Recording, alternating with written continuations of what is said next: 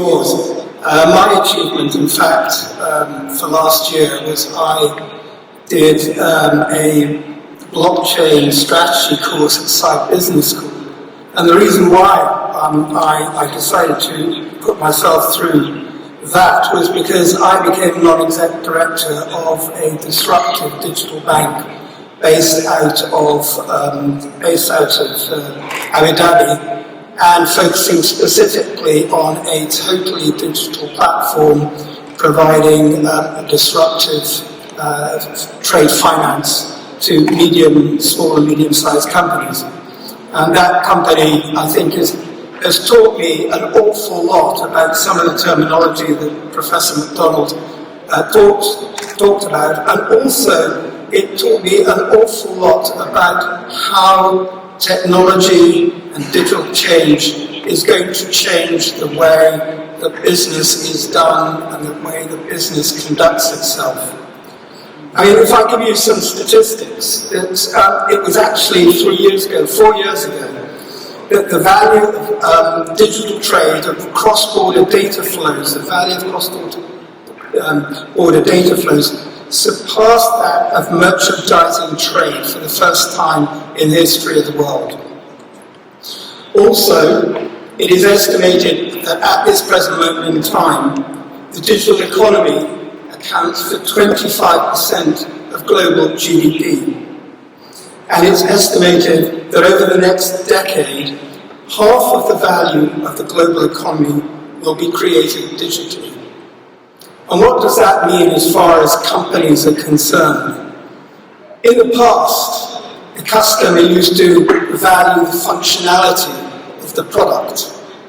Increasingly, the customer is still valuing the functionality, but it is placing much more value on the information and the services and the sensor and the information and the data that comes back. And if you're a company that is wanting to exist in the 21st century, then the sensors that you put onto your processes, the sensors that you put onto your product are becoming an absolutely competitive driving force in your business. I was reading some research recently that a 737 jet airliner flying across a continent, during that period of time, its sensors will generate 240 terabytes of data, which is then fed into the systems of the company, fed back to the clients, fed back to the customers to improve the experience that product is giving both to the company but also to the users. And why is that important from my perspective, from my day job as the UK India Business Council Chief Executive?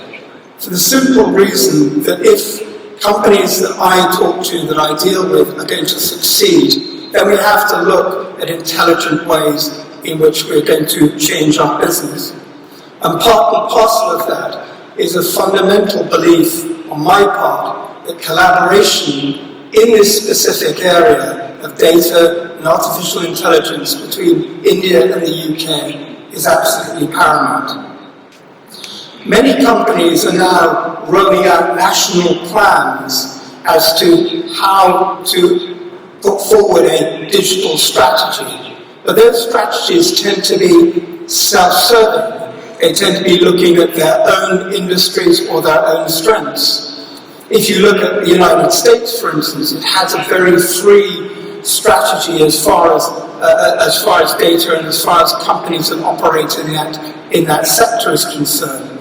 But to a large extent, that strategy is very much directed towards creating an environment in which US companies can thrive, survive, and conquer. And if you look at the other sort of jurisdiction, the other end of the spectrum, and you look at China, well, China is creating a strategy that is very much aligned to its national security interests. And the issues that we're seeing at the present moment with Huawei, for instance, is part and parcel of a realization that perhaps there there is an unpleasant side of the Chinese strategy, which is something that we have to be careful about.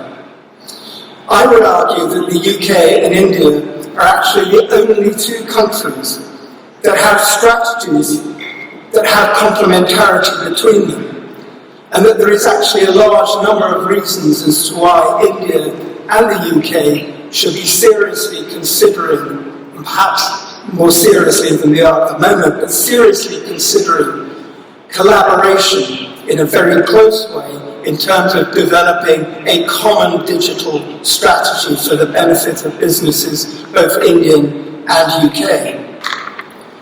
The UK's artificial intelligence pathway is adopting a platform-orientated strategy, which is attracting high quality, and it also takes a more ethical outlook in terms of its processes.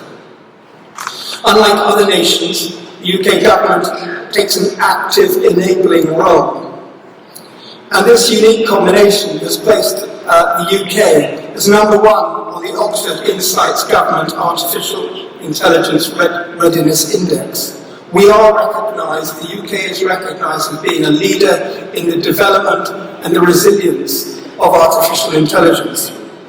And the UK is rolling out a pragmatic and ambitious plan to make the UK the centre of artificial intelligence, and this involves bringing in infrastructure, attracting talent, pioneering regulatory innovation along a five-pronged strategy of people, infrastructure, business environment and places. And the objective, by 2030, the UK hopes that the adoption of AI in the economy, in the UK economy, will contribute some 200 billion or 10% of our GDP on an annual basis. In India, India's come late to the party, but it is rapidly catching up. With Aadhaar and GST, India is becoming one of the most data-rich countries in the world. The spread of online tax filing, social media, e-commerce platforms in India, India is generating huge amounts of resource of data, which gives real power and meaning to the analytics and the meaning of the word big data.